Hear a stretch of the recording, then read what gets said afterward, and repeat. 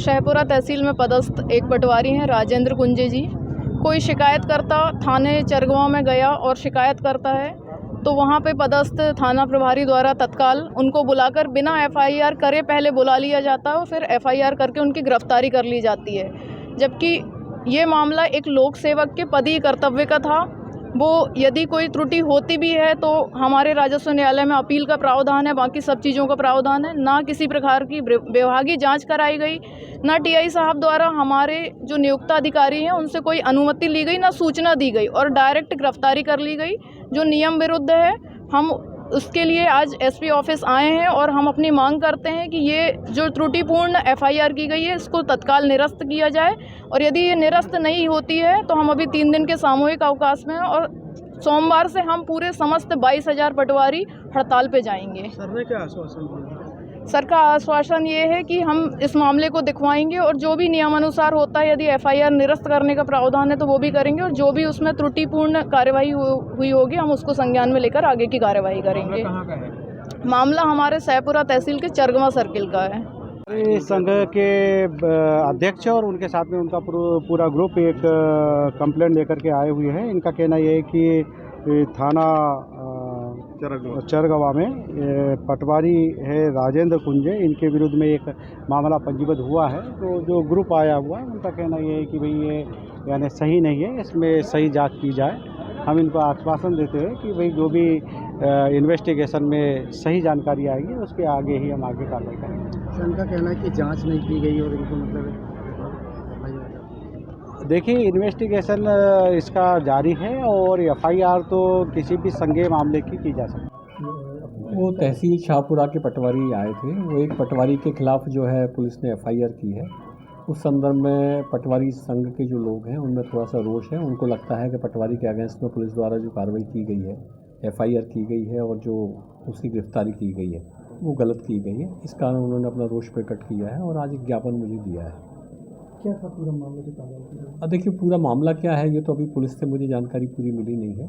जो एसडीएम और तहसीलदार से मैंने जानकारी ली उसके मुताबिक एसडीएम और तहसीलदार से भी जो है पुलिस ने कार्रवाई करने के पहले पूछा नहीं है। मोटे तौर पे समझ में आता है कि ये प्रकरण जो है एक नामांतरण प्रकरण था, जिसमें किसी व्यक्ति की लड़की को छोड़ के उसके भतीजों और भाइयों के नाम से नामांतरण कर दिया गया था। बाद में 2017-18 में जानकारी मिली थी कि भाई इस तरीके से गलत हो गया है, तो बाद में फिर से नामांतरण जो है खारिज करके उसकी जो लड़की उसका नाम दर्ज कर दिए गए थे। 2017-18 की बात है। अब आज उसके 8 साल बाद इस तरह की परिस्थितियाँ क्या बनी हैं जिसकी बेसिस पे एफआईआर की गई है, ये मैंने एसडीएम को तहसीलदार को जांच के लिए बोला है।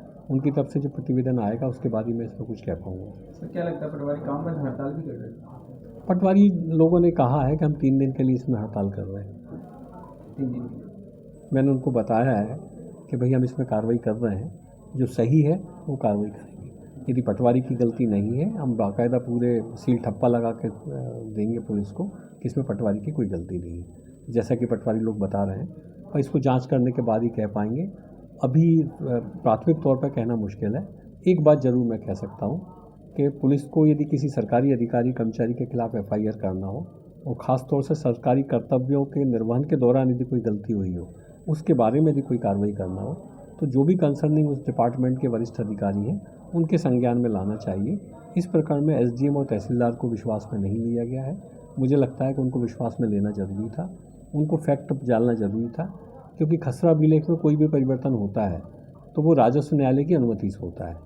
तो जब राजस्व न्यायालय की अनुमति से नाम दर्ज हुआ कि नहीं हुआ, या राजस्व न्यायालय की अनुमति से नाम खारिज हुआ कि नहीं हुआ, ये जानकारी तो तहसीलदार और एसडीएम ही दे सकते हैं। इसके अलावा तो कोई और दे नहीं सकता।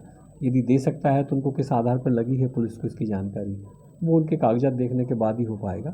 मैंने एसडीएम को इसमें डिटेल जो कहा है कि आप पुलिस में भी जो रिकॉर्ड है उसको भी आप देख लीजिए, आपका भी जो 2012 से लेकर 2017 का जो रिकॉर्ड है उसको देख लीजिए।